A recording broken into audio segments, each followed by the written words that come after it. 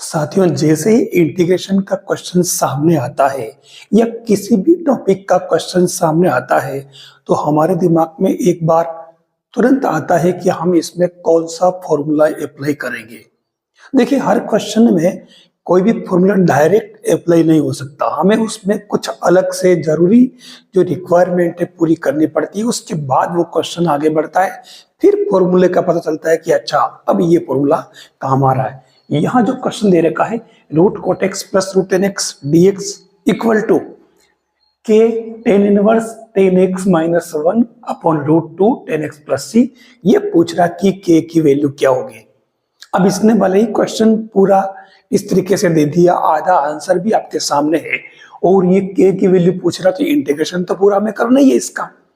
तो हम शुरुआत कैसे करें, देखिए रूट टेन और रूट कोट है, आप सीधा सीधा इसमें से एक काम करें, टेन एक्स को टी स्क्वायर लेट कर लें।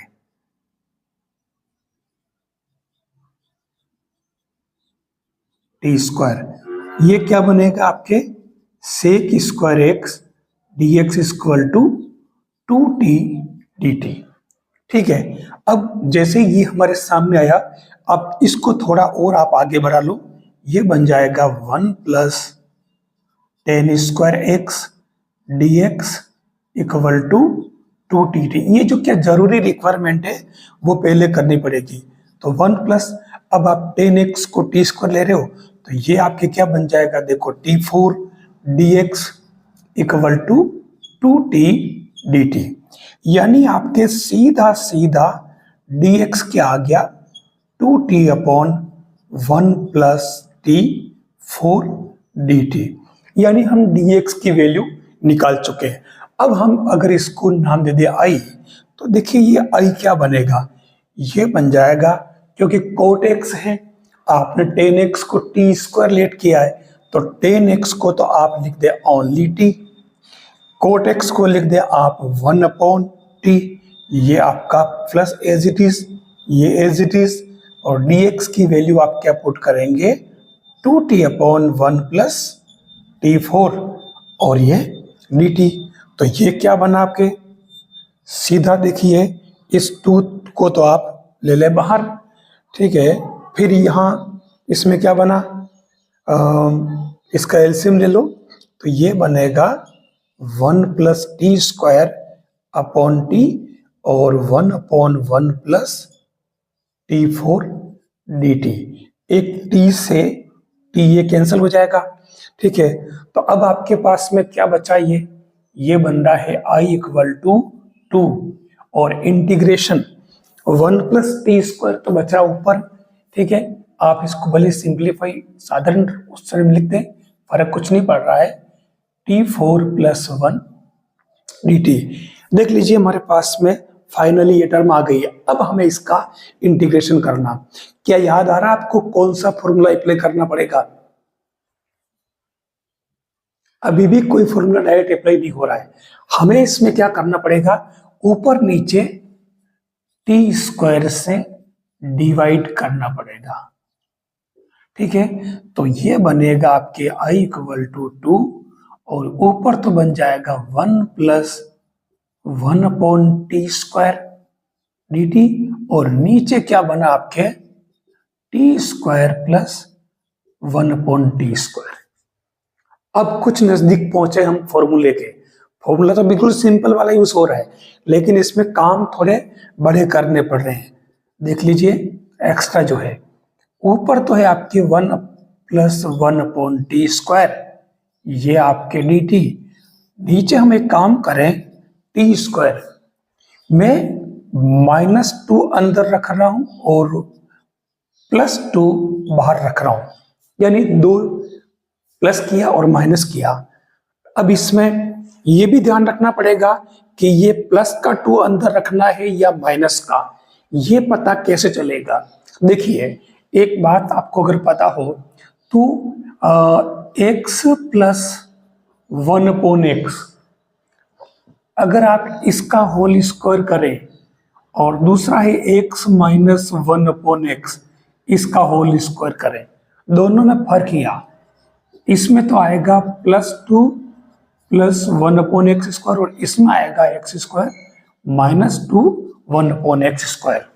अब यहां होल, क्योंकि एक तो ये वाली बात ध्यान रखने वाली है, दूसरी बात ध्यान में रखनी है कि अगर आप x प्लस 1/x को कुछ जेड लेट करो तो इसका जो डिफरेंशिएशन क्या आता है, 1 minus 1/x² dx equal to dz। और अगर आप x माइनस 1/x को जेड लेट करें तो ये 1 plus 1/x² dx equal to dz बनेगा। दोनों में डिफरेंस देख लीजिए, हमारे पास में ऊपर 1 प्लस 1/t² है, इसका मतलब 1 प्लस वाला चाहिए तो हमें नीचे माइनस वाले टर्म का होल स्क्वायर बनाना पड़ेगा, और इसलिए हम इसे 2 इंटीग्रेशन और 1 प्लस 1/t² dt, और अपॉन में ये माइनस वाला अपन ने अंदर पहले ही रख लिया 1/t होल स्क्वायर, और ये प्लस 2।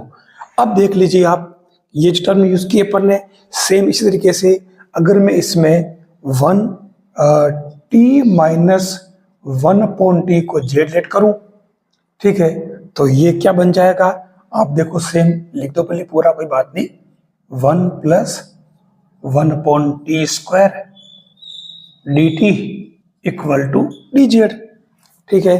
तो ये क्या बन गया आपके 2, और ऊपर तो क्या बन जाएगा आपके dz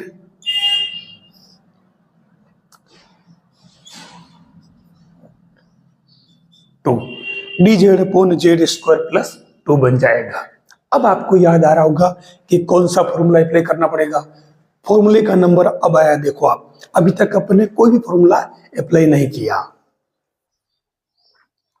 तो फाइनली आपकी क्या बनेगा, ये I equal to integration of dz upon z² plus जो आपके 2 था, मैं उसको √2 लिख करके होल स्क्वायर बना दूं।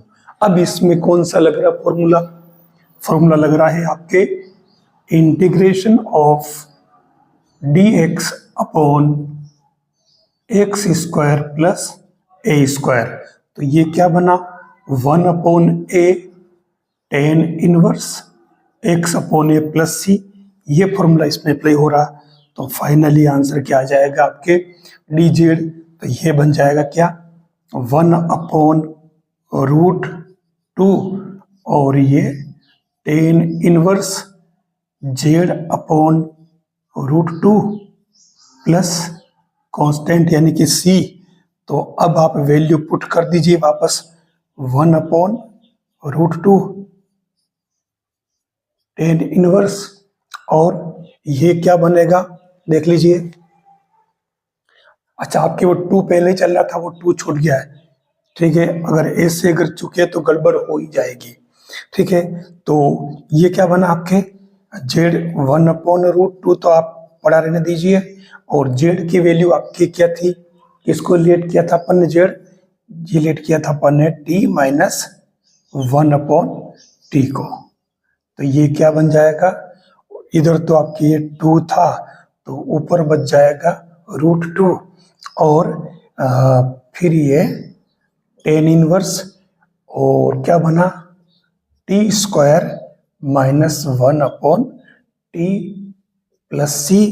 तो ये हो जाएगा √2 tan इनवर्स, t² आपने क्या लेट किया था, tan x, तो ये आप ले लीजिए tan x माइनस 1, और यहाँ पर नीचे आपके एक टर्म और आएगी, देखिए √2 पे था, तो ये √2 पढ़ा रहने दीजिए, तो ये √2 और t की जगह tan x, वो क्या बनेगा, क्योंकि देखो आपने t जो लिया है ना वो रूट में लिया था, ठीक है, तो ये यहाँ पर ये भी पूरा रूट में आएगा, ध्यान रखना, ये प्लस c।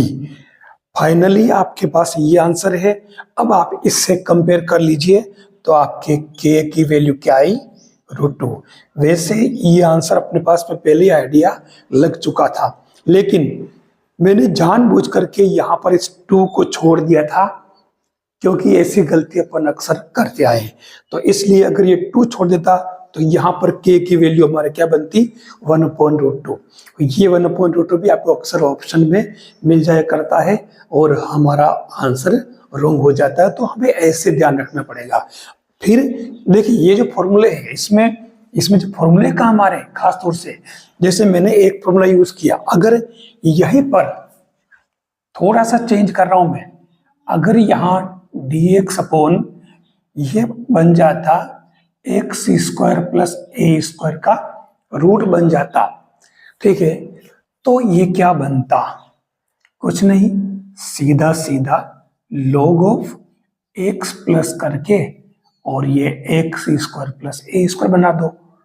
अगर यहीं पर माइनस हो तो भी कोई फर्क नहीं पड़ेगा, -a², चाहे तो अपन इनको हाइपरबोलिक में ले सकते हैं, लेकिन एक बार एक तो कम से कम आप याद रख ही लो। तो ये हो जाएगा log of x plus root x² minus a² plus c, और डाल दो इसको। ये फॉर्मूले बहुत काम के, देखिए यहाँ रूट नहीं था, यहाँ रूट है, तो रूट वाले दोनों फॉर्मूलों को आप अलग से याद रखें, ताकि, क्योंकि इन फॉर्मूलों में काफी कंफ्यूजन रहता है, एक याद किया दूसरा चूक जाते हैं, दूसरा याद किया तीसरा चूक जाते हैं। तो ये फॉर्मूले बहुत काम के और ये बार बार प्रैक्टिस से ही याद होते हैं। अगर आप अलग से इनको याद करने बैठोगे तो वो इतना ज्यादा कंप्लीट नहीं हो पाएगा।